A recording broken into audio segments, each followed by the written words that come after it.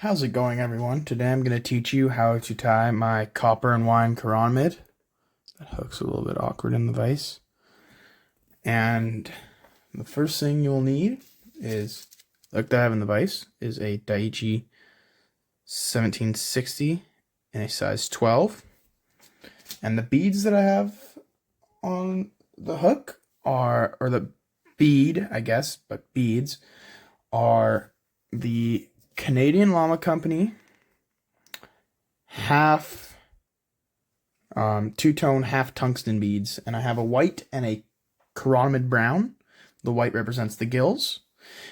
And the thread that I will be using is UTC 70 in rusty brown. So I'm just gonna tie that in right behind the bead there. Cut off the excess.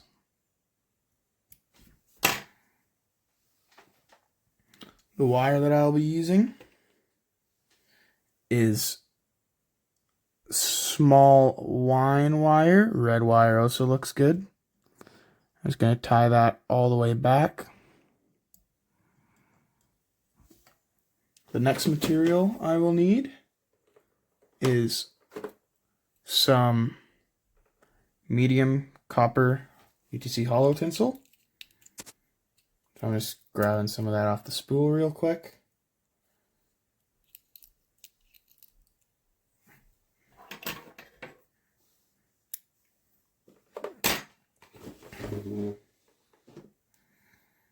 Now I'm just going to tie that in at the back of the hook.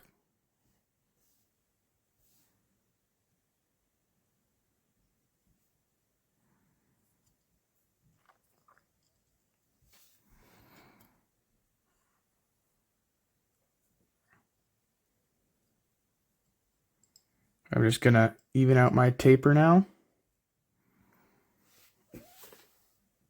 So what happened, the reason I'm starting to tie these flies is last year I've seen a few, and this year I've seen a few of this kind of goldish coppery color with a very red rib hatching, and I've never had anything to replicate it.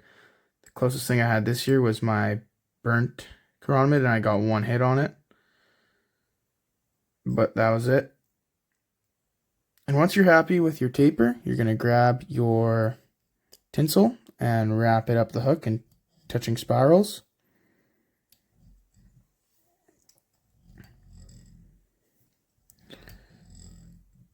And depending on what you're trying to replicate, gold is another obviously good one. This is kind of similar to Phil Rowley's Chromie.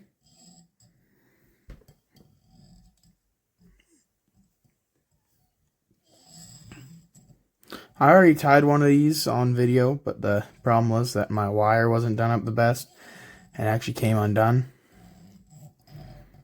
So that was a big problem. And once you've got that tied up to right behind the bead, you're going to want to tie it off.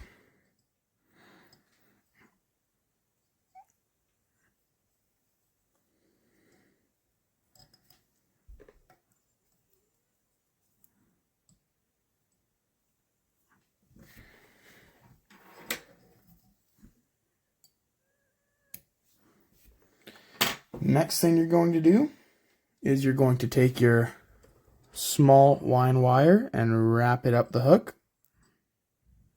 And you're going to want to counter wrap it.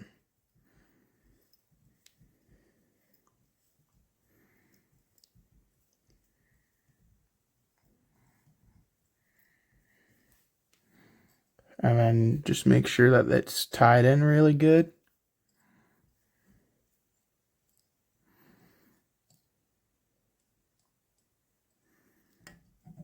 And once you have it tied in, you're just going to break it off and then do a 3-turn whip finish. Make sure you seat that knot really well. In fact, I just seated it so well that my thread broke off, but I think it was seated well, so I don't think I'm going to have any problems from that. Then I'm going to grab my UV resin. I'm using Raid Zap medium.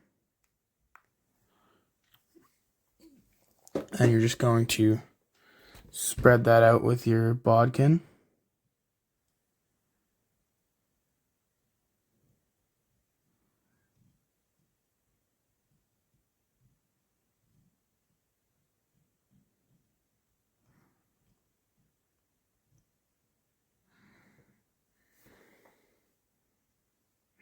That taper didn't end up being the best, but now I'm going to grab my UV light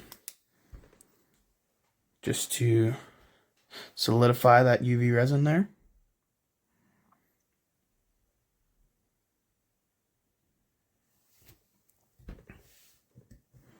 And it will take a moment, so that's fine. But once you have that all done, which this isn't quite there yet, but it's getting close.